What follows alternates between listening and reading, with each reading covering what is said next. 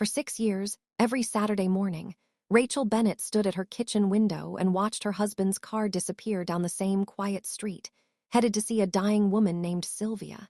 She never once asked to come along. She never once asked to see a photograph. She never once asked why, in 14 years of marriage, she had never met a single member of the family Marcus claimed to love so much. And then one gray October afternoon, Rachel found herself standing on a stranger's porch in a neighborhood she didn't recognize, staring at a teenage boy who had her husband's exact eyes. And she understood, in the space of a single breath, that the aunt had never existed at all. What she was about to learn would not just end her marriage. It would force her to ask whether the man she had loved for 14 years had ever really let her know him at all. Before we dive deeper, let us know in the comments where you're watching from. We'd love to hear from you. And don't forget to hit that subscribe button so you never miss any of our upcoming videos. Rachel and Marcus Bennett were the kind of couple other people pointed to when they wanted proof that lasting marriages still existed. They lived in a modest brick house on a tree-lined street outside Columbus, Ohio. The kind of house with a porch swing that actually got used, and a mailbox shaped like a barn that Marcus had built one summer for no reason other than that Rachel had mentioned liking it once. They had met in their early 30s, both a little bruised by past relationships, both cautious in the particular way that people are when they've been disappointed before and have decided not to let it happen again. Marcus was quiet in a way that some men mistake for coldness, but that Rachel had always understood as care. He listened more than he spoke. He remembered the names of her coworkers' children. He noticed when she was tired before she said a word about it. Rachel, for her part, was warm and steady, the kind of woman who kept the family calendar in her head and never let a birthday slip by unmarked. 14 years in, they had built a life that looked, from every angle anyone could see, like something solid, something safe. But there was one part of Marcus that had never fully opened to her, and that was his family. He spoke of his mother, who had raised him alone in a small apartment in Dayton while working double shifts at a hospital laundry, with a mixture of tenderness and old exhaustion, as though the memories still cost him something to touch. He spoke less of his father, who had left before Marcus turned 5, and who Marcus said he did not remember and did not wish to. And he spoke, occasionally, in careful and limited sentences, of an aunt named Sylvia, his mother's older sister, a woman he described as the only stable presence in an otherwise chaotic childhood. Rachel had never met Sylvia. In the early years of their relationship, she had asked a few times, the way anyone might ask about a partner's family, and each time Marcus had given an answer that was polite enough to satisfy but vague enough to close the door gently. Sylvia didn't like visitors. Sylvia had health problems that made socializing hard. Sylvia lived a complicated life that Marcus preferred to keep separate from the peace he had built with Rachel.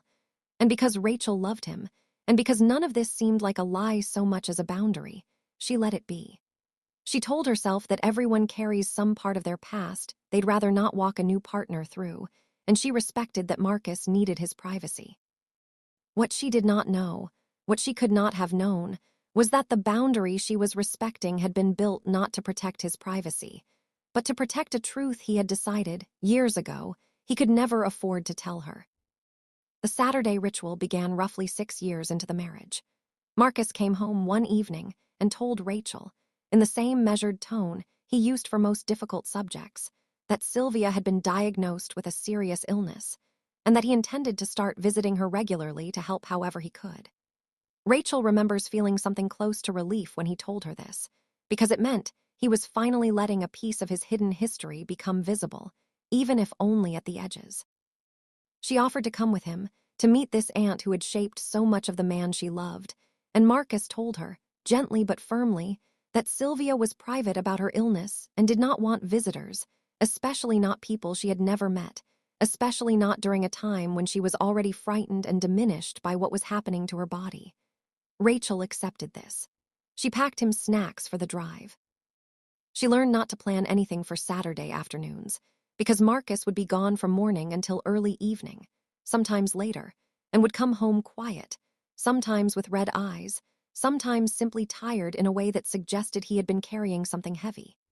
She never once suspected that the heaviness she saw on his face when he came home was not the weight of watching an aunt decline, but the weight of maintaining a story that grew harder to hold up with every passing year. What Rachel did not know, what none of her friends or family knew, was that Marcus had a son. His name was Eli Kern, and he was 15 years old, and he had been born to a woman named Diane Kern during a relationship Marcus had in his late 20s, several years before he ever met Rachel. The relationship with Diane had ended badly and quickly, in the way that young relationships sometimes do when two people discover they want very different futures. Marcus, only 28 at the time and still finding his footing, had made the decision, one he would spend the rest of his life quietly wrestling with, to remain present in his son's life financially, but distant in almost every other way. He sent support payments faithfully. He called on birthdays. He visited perhaps 4 or 5 times a year in Eli's earliest childhood, always brief, always a little formal, like a man attending a meeting rather than seeing his own child. He told himself this arrangement was for the best, that a boy needed stability more than he needed a part-time father who lived 2 hours away and was still figuring out his own life. He told himself a great many things in those years that allowed him to keep his distance without feeling, at least not most days, like he was doing something wrong.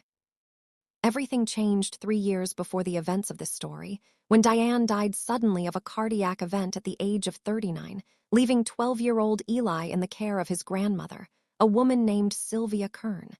It is worth pausing here on a detail that will matter enormously later. Sylvia Kern was real. She existed. She was not invented, but she was not Marcus's aunt.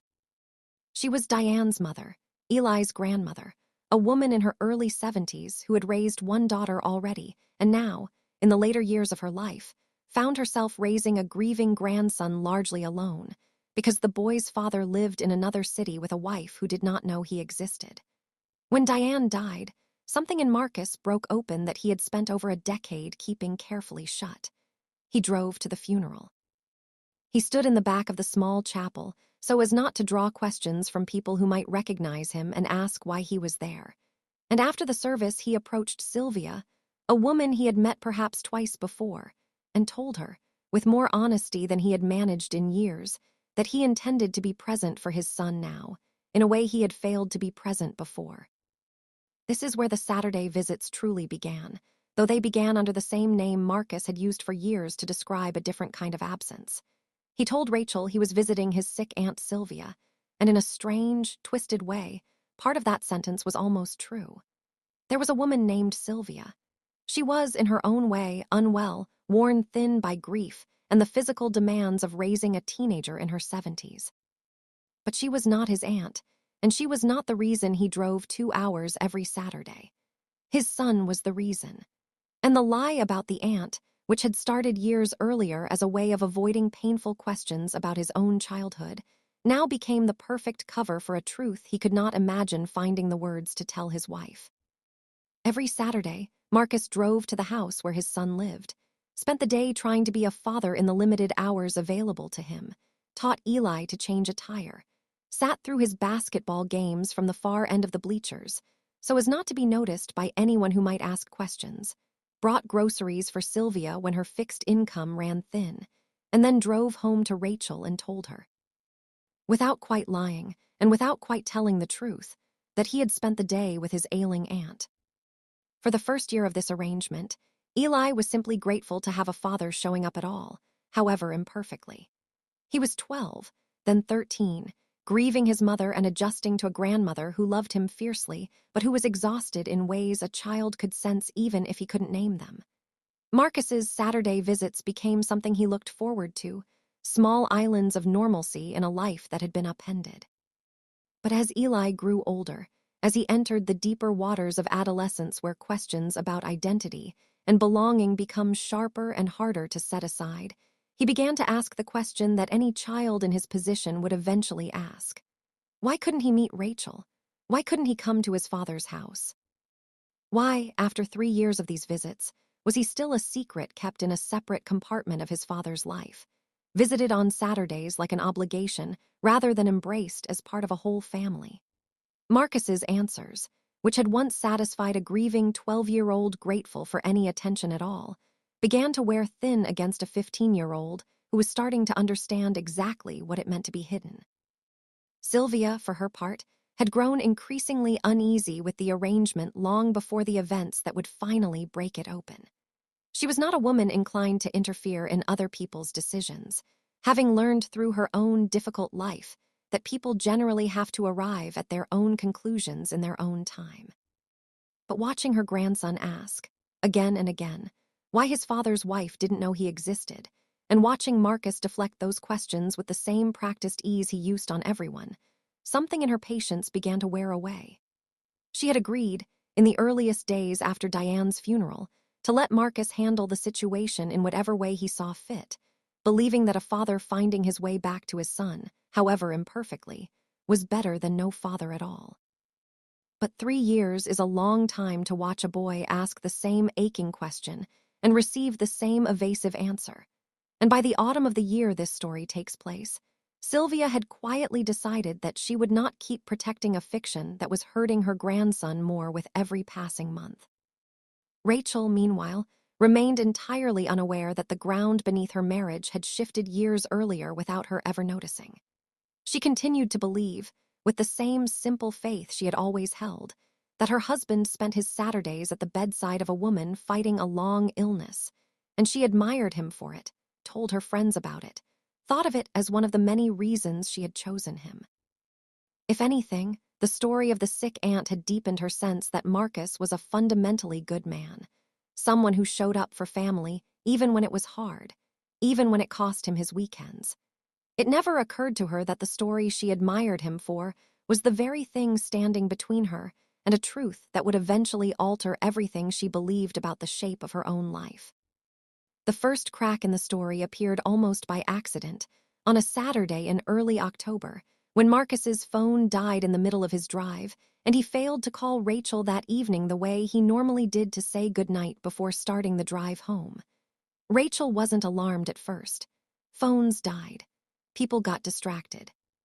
But when 10 o'clock came and went with no word, and then 11, she began to feel something she had not felt in all the years of this arrangement, a small, persistent unease that she could not immediately name. She called his phone repeatedly and reached only voicemail. She told herself he had simply lost track of time sitting with a sick woman, that there was nothing strange about a man forgetting to check his phone while comforting a dying relative, and yet some quiet part of her, the part that had perhaps always noticed more than she let herself admit, refused to be soothed. It was this small unease, more than any dramatic suspicion, that led Rachel to do something she had never done before in 6 years of Saturday visits. She went looking for an address. She remembered, vaguely, an old piece of mail from years earlier, a holiday card Marcus had once left on the kitchen counter, addressed in unfamiliar handwriting to Marcus' care of an address Rachel hadn't recognized at the time and hadn't thought about since. She found it in a drawer where old cards and documents tended to collect, the ink faded but legible, a street name in a town 2 hours away that she had never heard Marcus mention as anywhere Sylvia lived. She told herself she was being irrational. She told herself that driving 2 hours to check on her husband, who was likely sitting exhausted at the bedside of a dying woman, was the act of a paranoid wife rather than a loving one. And yet she got in her car anyway, because the unease had grown too large to sit with any longer, and because some instinct she could not fully articulate told her that the story she had believed for 6 years no longer fit the shape of what she was feeling. The drive gave her 2 hours to construct every reasonable explanation for what she might find. Perhaps the address was outdated. Perhaps Sylvia had moved. Perhaps Marcus's phone had simply died and he was, at this very moment, sitting in a hospital room unaware that his wife was driving through the dark with her heart in her throat. She arrived at the address just after 9 in the evening, to a modest single-story house with a porch light on, and Marcus's car parked plainly in the driveway, exactly where anyone could see it, which told her, in a strange way, that whatever was happening here was not something Marcus had been trying urgently to hide from the world, only from her.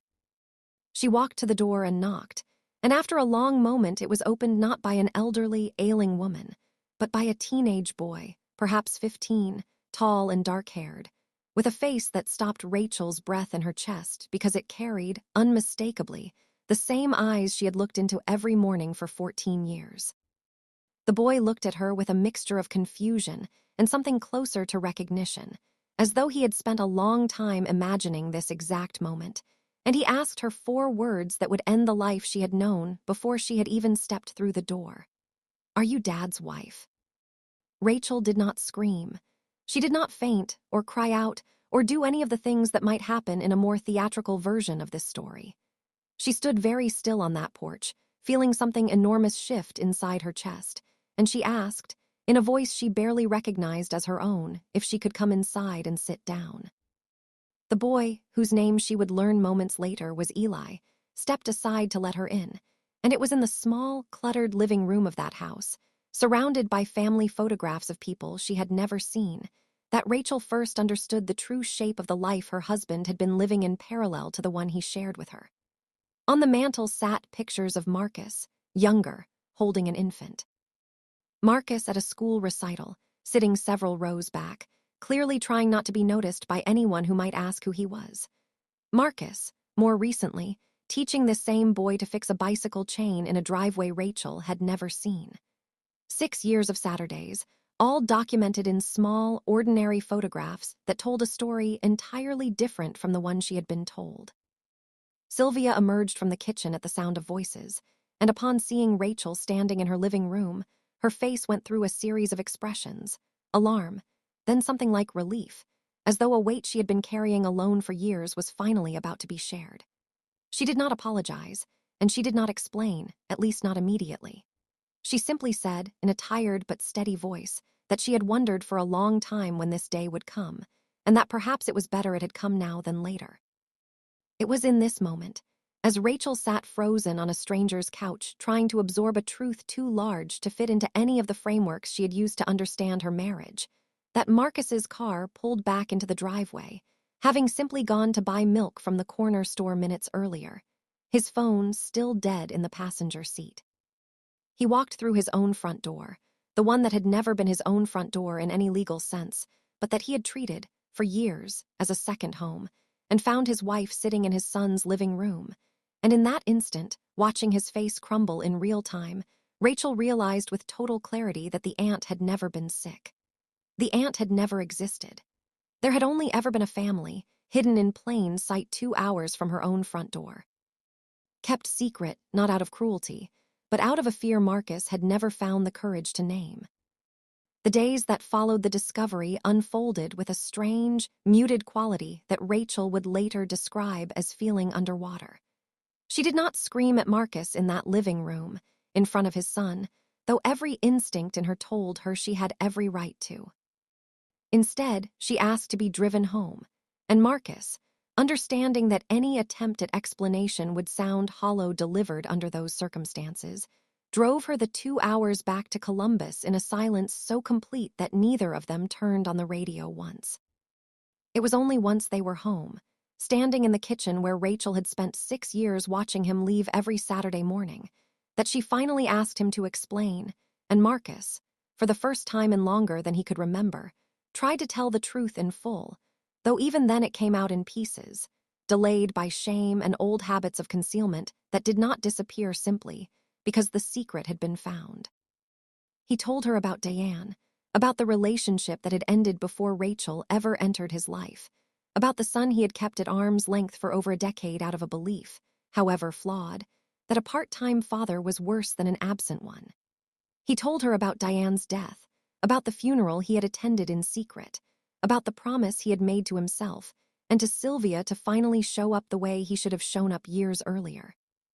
What he struggled to explain, what took him the better part of that terrible night to finally articulate, was why he had never told Rachel any of it, why 6 years of Saturdays had passed under the cover of a fictional illness rather than a difficult but survivable truth.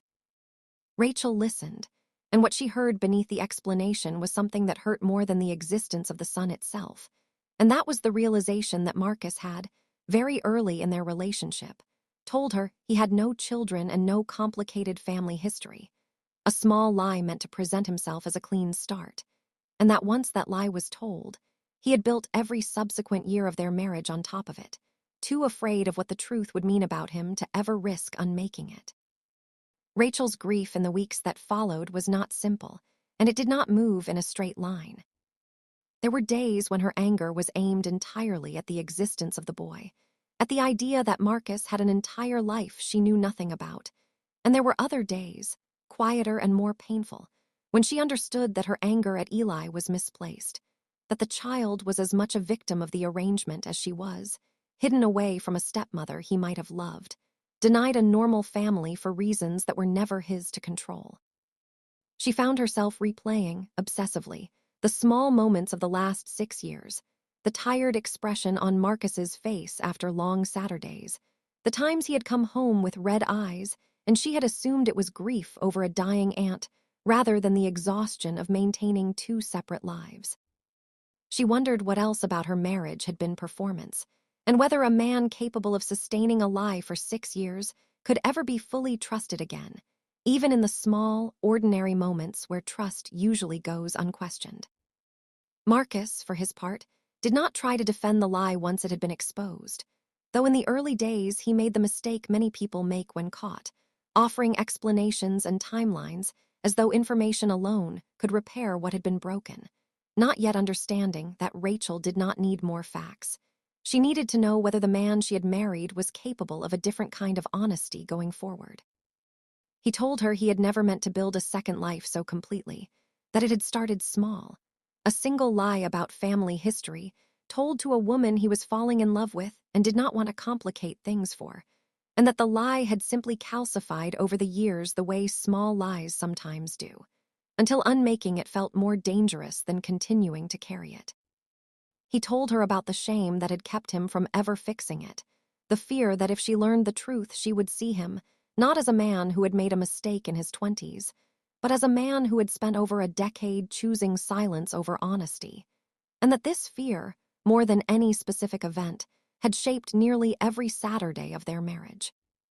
There is a particular kind of pain in learning that someone you trusted lied not out of malice, but out of fear, because it robs you of the simpler comfort of righteous anger and forces you, instead, to sit with the more complicated truth that people you love are capable of protecting themselves at your expense, even when they do not intend to hurt you. Rachel found herself in this uncomfortable territory for months. She was not dealing with a villain, and some part of her wished she were, because a villain would have been easier to walk away from cleanly. Instead, she was dealing with a man who had made a frightened decision at 28, and then spent the next 2 decades building an entire adult life around never having to revisit that decision. A man whose son had grown up mostly without him, not because Marcus didn't love him, but because loving him honestly would have required a vulnerability Marcus had never learned how to access. Eli's presence in this unraveling story could not be ignored, and in many ways his pain was the part of the story that Rachel found hardest to reconcile. Here was a boy who had lost his mother at 12, who had spent 3 years watching his father arrive every Saturday only to disappear again by evening, who had asked repeatedly why he couldn't be part of his father's real life, and had been given answers that, in hindsight, were nothing more than a father's attempt to manage his own fear, rather than honest reasons a child could understand. When Rachel finally allowed herself to think about Eli directly, rather than as an abstract complication in her marriage, she found something unexpected rising in her, not resentment, but a kind of recognition. Eli had been hidden the same way she had been protected from difficult knowledge, both of them managed by the same instinct in Marcus to avoid hard conversations rather than have them. And understanding this made it harder for Rachel to see Eli as anything other than another person harmed by the same pattern that had harmed her. Sylvia, in the weeks after the discovery, reached out to Rachel directly, an act that surprised everyone involved, including herself. She explained, in a long and difficult phone call, that she had agonized for years over her own complicity in the arrangement, that she had allowed Marcus's fiction to stand because she believed, in the earliest days after Diane's death, that a father slowly returning to his son's life was worth protecting, even if the method of protection was dishonest. She told Rachel that watching Eli's questions grow sharper and more painful over the last year had convinced her the arrangement could not continue as it was, and that she had, in fact, been the one who finally told Eli enough of the truth for him to ask Rachel that question on the porch, believing that the secret had done more harm by continuing than it would do by finally breaking apart. This revelation added a layer of complexity to the story that Rachel had not expected. The understanding that the unraveling of the lie had not been an accident of a dead phone battery alone, but the result of an elderly woman's quiet decision that a boy's need for the truth mattered more than a fragile arrangement's need for continued secrecy. In the months that followed, Rachel and Marcus separated, not immediately and not dramatically, but gradually, in the way that couples sometimes do when they are trying to determine whether what remains of a relationship is worth rebuilding, or whether it has been too fundamentally altered to survive in its original form. Rachel moved into her sister's guest room for a period, needing distance not just from Marcus, but from the house that had been the backdrop for 6 years of a story she now understood had never been true. During this time, she made a decision that surprised nearly everyone who knew her, choosing to reach out to Eli directly, not as a stepmother auditioning for a role, but as an adult who understood, perhaps better than anyone else in the boy's life, what it felt like to be kept in the dark by someone who loved you. Their relationship, when it began, was tentative and careful, built slowly over coffee shop meetings and short conversations that neither of them rushed, and it became, over time, something separate from whatever remained or did not remain between Rachel and Marcus. Marcus, meanwhile, entered a period of reckoning that he would later describe as the hardest and most necessary stretch of his adult life. He began seeing a therapist for the first time, something he had resisted for years out of the same instinct toward self-protection that had shaped so many of his choices. In these sessions, he began to untangle the roots of his own silence, tracing them back to a childhood where his mother had modeled a particular kind of survival, one built on not asking for help and not admitting to struggle, a pattern he had absorbed so completely that he had never recognized it as a pattern at all, only as the way a person was simply supposed to be. He came to understand that his relationship with his own absent father had taught him, in ways he had never consciously examined, that a man could disappear from a child's life, and the child would survive it, a belief that had made it easier, in his own mind, to justify years of distance from Eli before finally returning to him under the cover of a lie, rather than the strength of an honest conversation. The reconciliation that eventually took shape between Rachel and Marcus, when it came, did not look like the marriage that had existed before the discovery, and both of them, in their more honest moments, admitted they did not want it to. What they built instead, slowly and with considerable difficulty, was a relationship in which honesty was treated as a practiced skill rather than an instinct, something Marcus had to work at deliberately rather than assume he possessed naturally. Rachel, for her part, had to learn to distinguish between healthy trust and the kind of trust she had once given freely and without examination, learning that loving someone did not mean refusing to ask hard questions, and that the 6 years she had spent not asking about Sylvia had not been a failure of her own judgment so much as a reasonable response to a lie constructed carefully enough to survive scrutiny. Eli became, gradually, a fixture in both of their lives, not a secret managed in separate compartments, but a person fully present at holidays and ordinary weekends alike, the very thing he had spent 3 years asking for and being denied.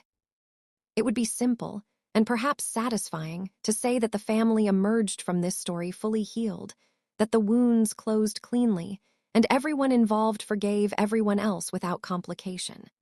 That is not what happened, and the honesty of this story requires saying so plainly.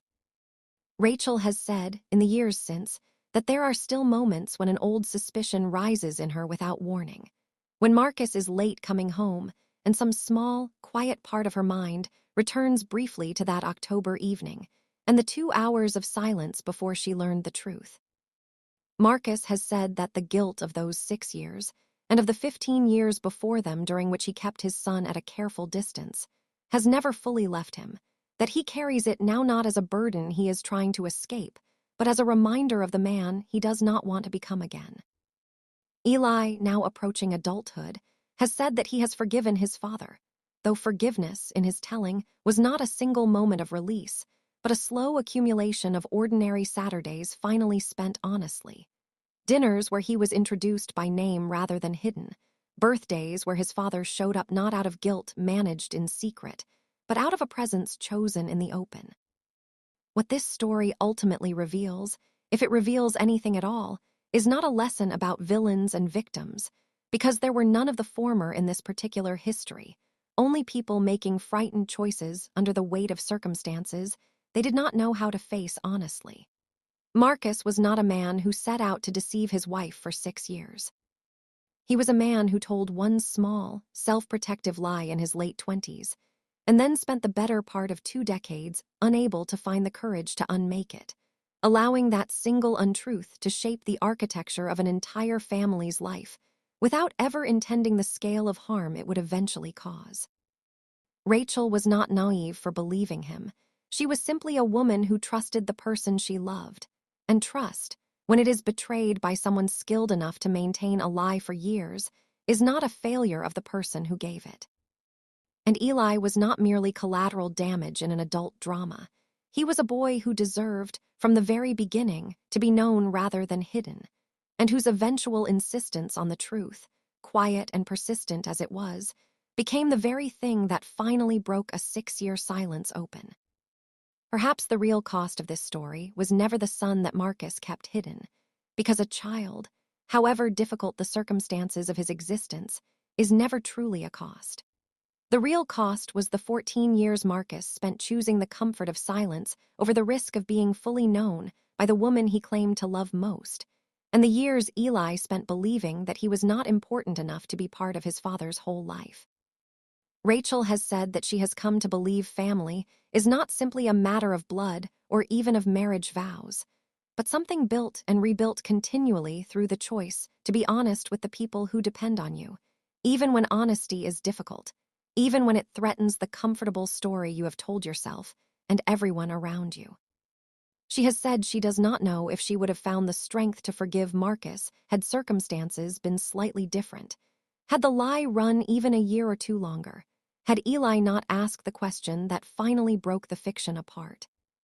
And she has said, more than once, that she still wonders sometimes whether the marriage she has now, built on the wreckage of the one she thought she had, is stronger for having survived this, or simply different, neither fully healed nor fully broken, something new that does not yet have a name.